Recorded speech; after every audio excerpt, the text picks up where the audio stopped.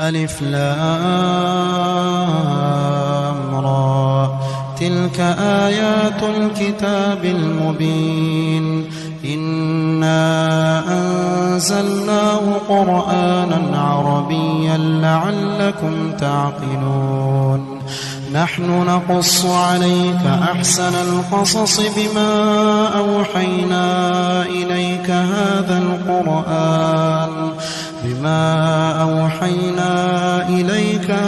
القرآن وإن كنت من قبله لمن الغافلين إذ قال يوسف لأبيه يا أبت إني رأيت 11 كوكبا والشمس والقمر رأيتهم لي ساجدين قال يا بني لا تقصص رؤياك على إخوتك فيكيدوا لك كيدا إن الشيطان للإنسان عدو مبين وكذلك يجتبيك ربك ويعلمك من تأويل الأحاديث ويتم نعمته عليك وعلى آل يعقوب كما أتمها على أبويك من قبل إبراهيم وإسحاق إن ربك عليم حكيم لقد كان في يوسف وإخوته آيات للسائلين إذ قالوا ليوسف وأخوه أحب إلى أبينا منا ونحن عصبة إن أبانا لفي ضلال مبين اقتلوا يوسف أو اطرحوه أرضا يخل لكم وجه أبيكم وتكونوا من بعده قوما صالحين قال قائل منهم لا تقتلوا يوسف وألقوه في غيابة الجب يلتقطوا بعض السيارة إن كنتم فاعلين قالوا يا أبانا ما لك لا تأمنا على يوسف وإنا له لناصحون أرسله معنا غدا يرتع ويلعب وإنا له لحافظون قال إني ليحزنني أن تذهبوا به وأخاف أن يأكله الذئب وأنتم عنه غافلون قالوا لئن أكله الذئب ونحن عصبة إنا إذا لخاسرون فلما ذهبوا به وأجمعوا أن يجعلوه في غيابة الجب وأوحينا إليه لتنبئنهم بأمرهم هذا وهم لا يشعرون وجاءوا أباهم عشاء يبكون قالوا يا أبانا إنا ذهبنا نستبق وتركنا يوسف عند متاعنا فأكله الذئب وما أنت بمؤمن لنا ولو كنا صادقين وجاءوا على قميصه بدم كذب قال بل سولت لكم أنفسكم أمرا فصبر جميل والله المستعان على ما تصفون. وجاءت سيارة فأرسلوا واردهم فأدلى دلوه قال يا بشرى هذا غلام وأسروه بضاعة والله عليم بما يعملون. وشروا بثمن بخس دراهم معدودة وكانوا فيه من الزاهدين. وقال الذي اشتراه من مصر لامرأته أكرمي مثواه عسى أن ينفعنا أو نتخذه ولدا وكذلك مكنا ليوسف في الأرض ولنعلمه من تأويل الأحاديث والله غالب على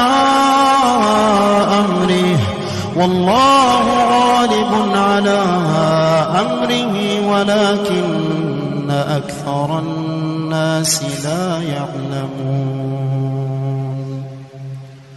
ولما بلغ أشده آتيناه حكما وعلما وكذلك نجزي المحسنين. وراودته التي هو في بيتها عن نفسه وغلقت الأبواب وقالت هيت لك قال معاذ الله إنه ربي أحسن مثواي إنه لا يفلح الظالمون. ولقد همت به وهم بها لولا أن رأى برهان ربه كذلك لنصرف عنه السوء والفحشاء إنه من عبادنا المخلصين. واستبق الباب وقدت قميصه من دبر وألف يا سيدها لدى الباب قالت ما جزاء من أراد بأهلك سوءا إلا أن يسجن أو عذاب أليم. قال هي راودتني عن نفسي وشهد شاهد من أهلها إن كان قميصه قد من قبل فصدقت وهو من الكاذبين وإن كان قميصه قد من دبر فكذبت وهو من الصادقين. فلما رأى قميصه قد من دبر قال إنه من كيدكن إن كيدكن عظيم. يوسف أعرض عن هذا واستغفري لذنبك إنك كنت من الخاطئين. وقال نسوة في المدينة امرأة العزيز تراود فتاها عن نفسه قد شغفها حبا إنا لنراها في ضلال مبين. فلما سمعت بمكرهن أرسلت إليهن وأعتدت لهن متكأ وآتت كل واحدة منهن سكينا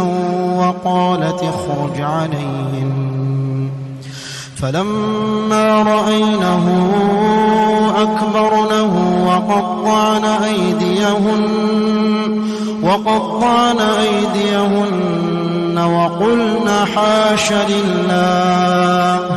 وقلن حاش لله ما هذا بشرا إن هذا إلا ملك كريم. قالت فذلكن الذي لمتنني فيه ولقد راودته عن نفسه فاستعصم ولئن لم يفعل ما آمره ليسجنن وليكونن من الصاغرين قال رب السجن أحب إلي مما يدعونني إليه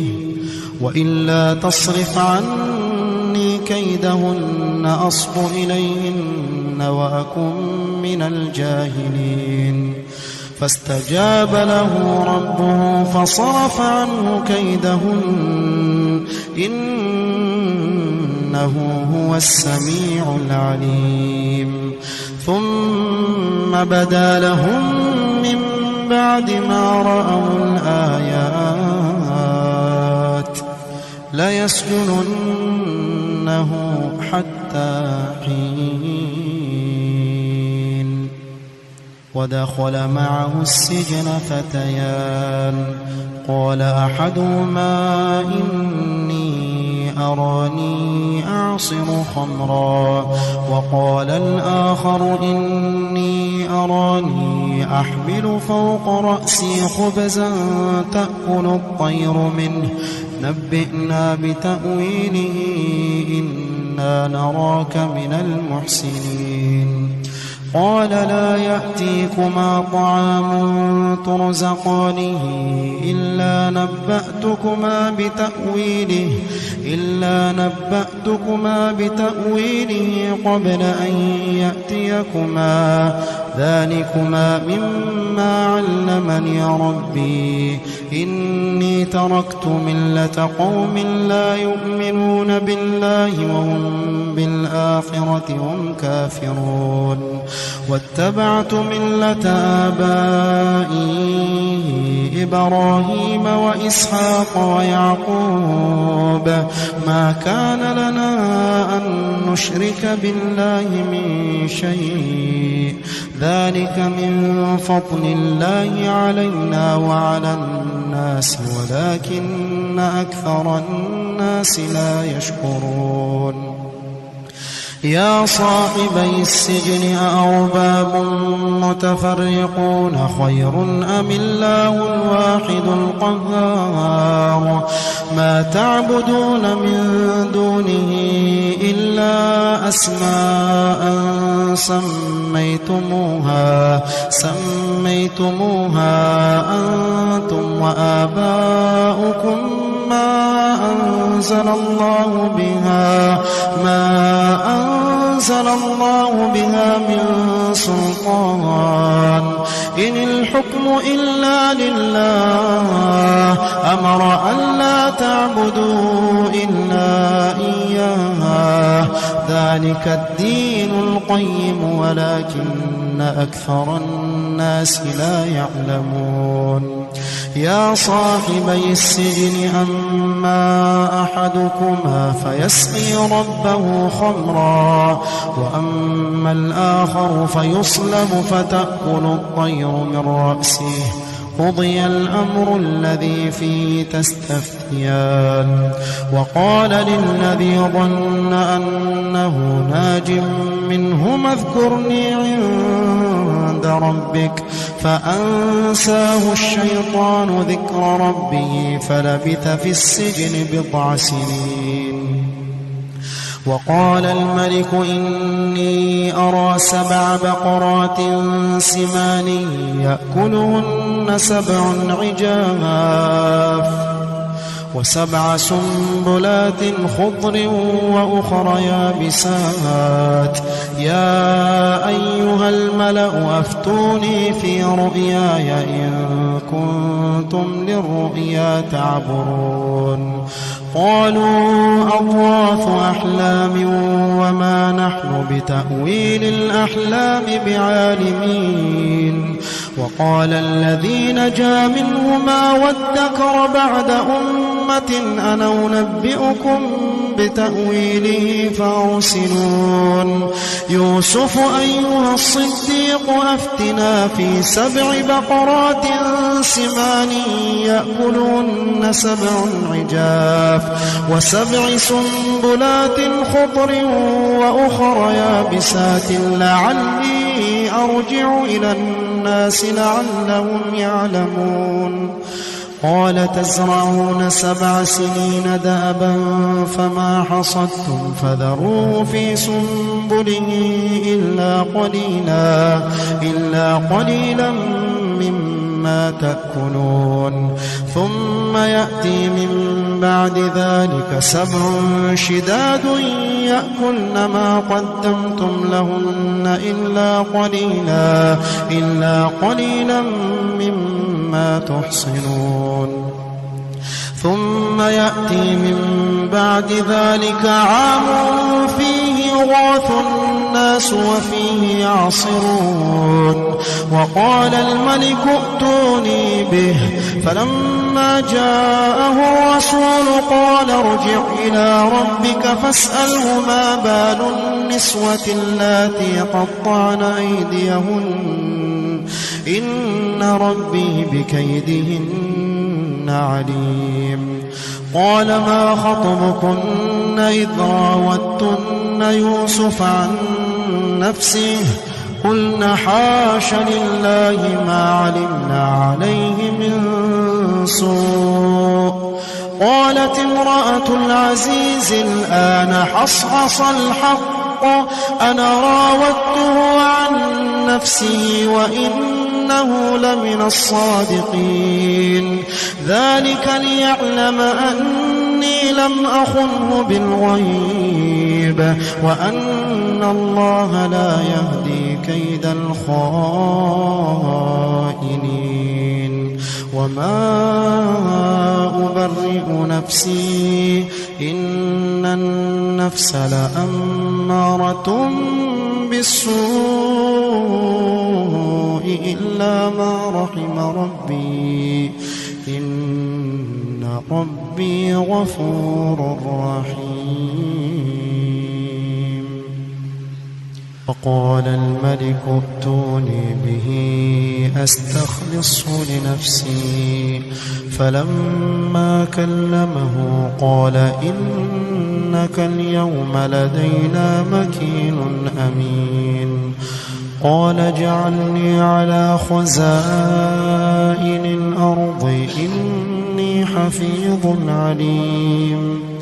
وكذلك مكنا ليوسف في الأرض يتبوأ منها حيث يشاء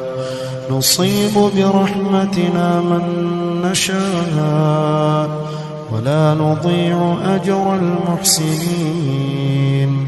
ولأجر الآخرة خير للذين آمنوا وكانوا يتقون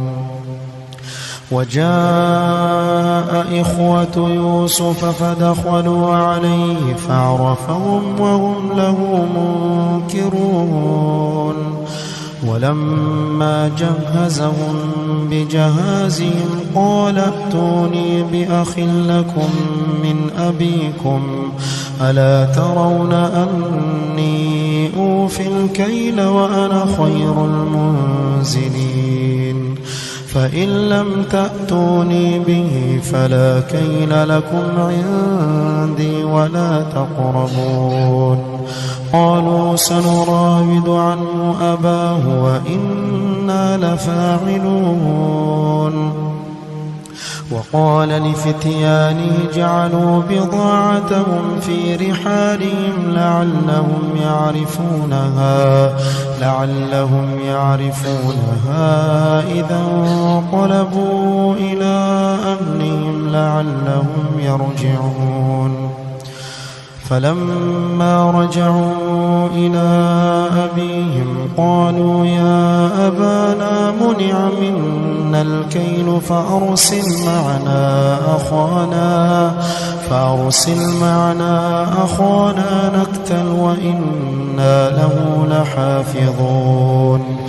قال هل آمنكم عليه إلا كما أمنتكم على أخيه من قبل فالله خير حافظا وهو أرحم الراحمين ولما فتحوا متاعهم وجدوا بضاعتهم ردت إليهم قالوا يا أبانا ما نبغي هذه بضاعتنا ردت إلينا ونمير أهلنا ونحفظ أخانا ونزداد كيل بعير ذلك كيل يسير قال لن أرسله معكم حتى تؤتون موثقا من الله لتأتونني به إلا أن يحاط بكم فلما آتوا موثقهم قال الله على ما نقول وكيل وقال يا بني لا تدخلوا من باب واحد وادخلوا من أبواب متفرقة وما أغني عنكم من الله من شيء إن الحكم إلا لله عليه توكلت وعليه فليتوكل المتوكلون ولما دخلوا من حيث أمرهم أبوهم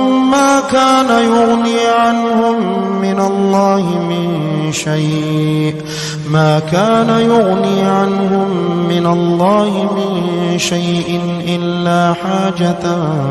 في نفس يعقوب قضاها وإنه لذو علم لما علمناه ولكن أكثر الناس لا يعلمون ولما دخلوا على يوسف آوى إليه أخاه قال إني أنا أخوك فلا تبتئس بما كانوا يعملون فلما جهزهم بجهازهم جعل السقاية في رحل أخيه ثم أذن مؤذن أيتها العير إنكم لسارقون قالوا وأقبلوا عليهم ماذا تفقدون قالوا نفقد صواع الملك ولمن جاء به حمل بعير وأنا به زعيم قالوا تالله لقد علمتم ما جئنا لنفسد في الأرض وما كنا سارقين قالوا فما جزاؤه إن كنتم كاذبين قالوا جزاؤه من وجد في رحله فهو جزاؤه كذلك نجزي الظالمين فبدأ بأوعيتهم قبل وعاء أخيه ثم استخرجها من وعاء أخيه كذلك كدنا ليوسف ما كان ليأخذ أخاه في دين الملك إلا أن يشاء الله نرفع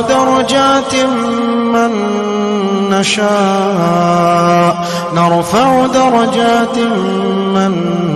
نشاء وفوق كل ذي علم عليم قالوا إن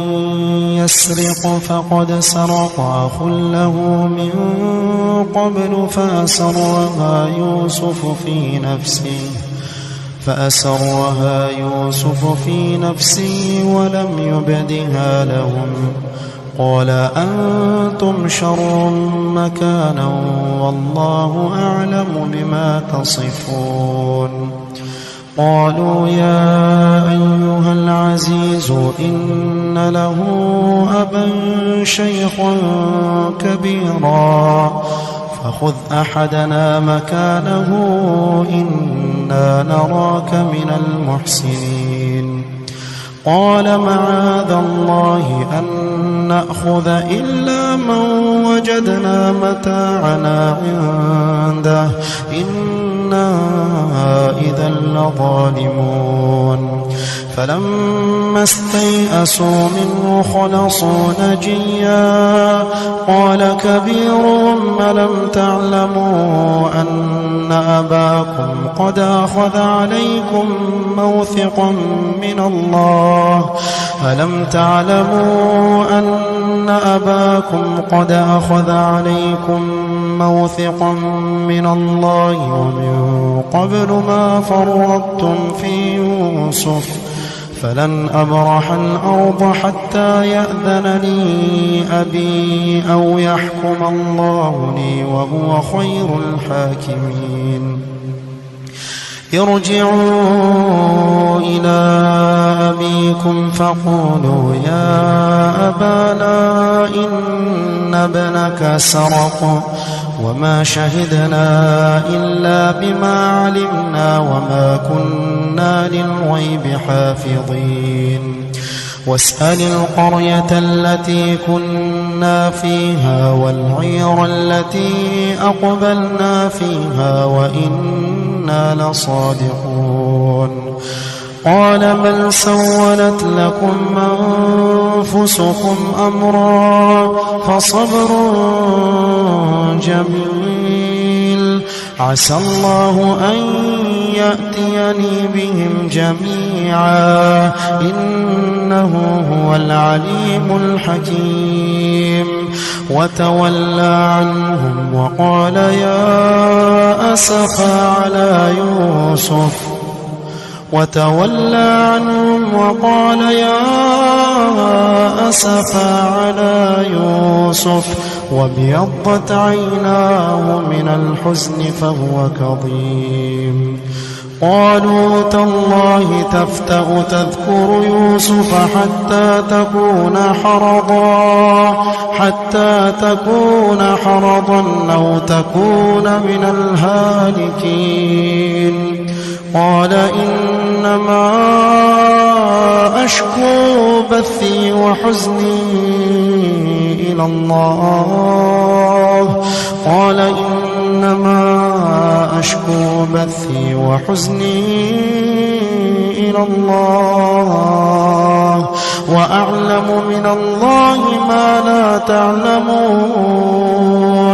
يا بني اذهبوا فتحسسوا من يوسف وأخيه ولا تيأسوا من روح الله إنه لا ييأس من روح الله إلا القوم الكافرون فلما دخلوا عليه قالوا يا أيها العزيز مسنا وأهلنا الضر وجئنا ببضاعة مزجاة فأوف لنا الكيل وتصدق علينا إن الله يجزي المتصدقين قال هل علمتم ما فعلتم بيوسف وأخيه إذ أنتم جاهلون قالوا أئنك لأنت يوسف قال أنا يوسف وهذا أخي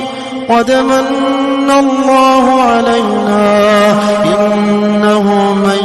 يتق ويصبر فإن الله لا يضيع أجر المحسنين قالوا تالله لقد آثرك الله علينا وإن كنا لخاطئين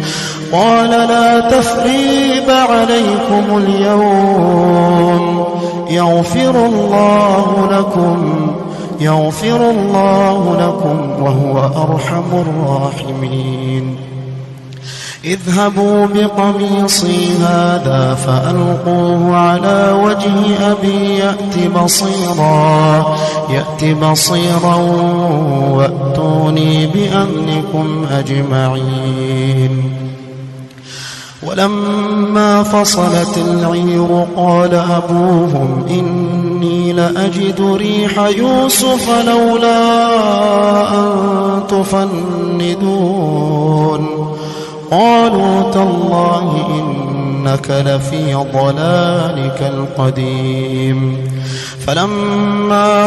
أن جاء البشير ألقاه على وجهه فارتد بصيرا قال ألم أقل لكم إني أعلم من الله ما لا تعلمون قالوا يا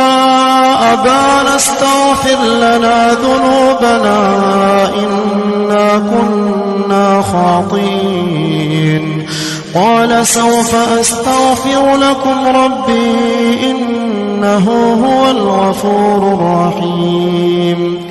فلما دخلوا على يوسف آوى إليه أبويه وقال ادخلوا مصر إن شاء الله آمنين ورفع أبويه على العرش وخروا له سجدا وقال يا أبت هذا تأويل رؤياي من قبل قد جعل ربي حقا وقد أحسن بي إذ أخرجني من السجن وجاء بكم من البدو من بعد أن نزغ الشيطان بيني وبين إخوتي إن ربي لطيف لما يشاء إنه هو العليم الحكيم رب قد آتيتني من الملك وعلمتني من تأويل الأحاديث فاطر السماوات والأرض أنت ولي في الدنيا والآخرة توفني مسلما وألحقني بالصالحين رب قد آتيتني من الملك وعلمتني من تأويل الأحاديث فاطر السماوات والأرض أنت ولي في الدنيا والآخرة توفني مسلما وألحقني بالصالحين ذلك من أنباء الغيب نوحيه إليك وما كنت لديهم إذ أجمعوا أمرهم وهم يمكرون وما أكثر الناس ولو حرصت بمؤمنين وما تسألهم عليه من أجر إن هو إلا ذكر للعالمين وكأي من آية في السماوات والأرض يمرون عليها وهم عنها معرضون وما يؤمن أكثرهم بالله إلا وهم مشركون أفأمنوا أن تأتيهم غاشية من عذاب الله أو تأتيهم الساعة بغتة وهم لا يشعرون قل هذه سبيلي أدعو إلى الله على بصيرة أنا ومن اتبعني وسبحان الله وما أنا من المشركين وما أرسلنا من قبلك إلا رجالا نوحي إليهم من أهل القرى أفلم يسيروا في الأرض فينظروا كيف كان عاقبة الذين من قبلهم ولدار الآخرة خير للذين اتقوا أفلا تعقلون حتى إذا استيأس الرسل وظنوا أنهم قد كذبوا جاءهم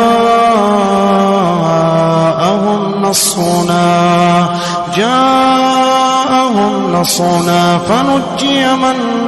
نشاء ولا يرد بأسنا عن القوم المجرمين. لقد كان في قصصهم عبرة لأولي الألباب ما كان حديثا يفترى ولكن تصديق الذي بين يديه وتفصيل كل شيء وهدى ورحمة لقوم يؤمنون.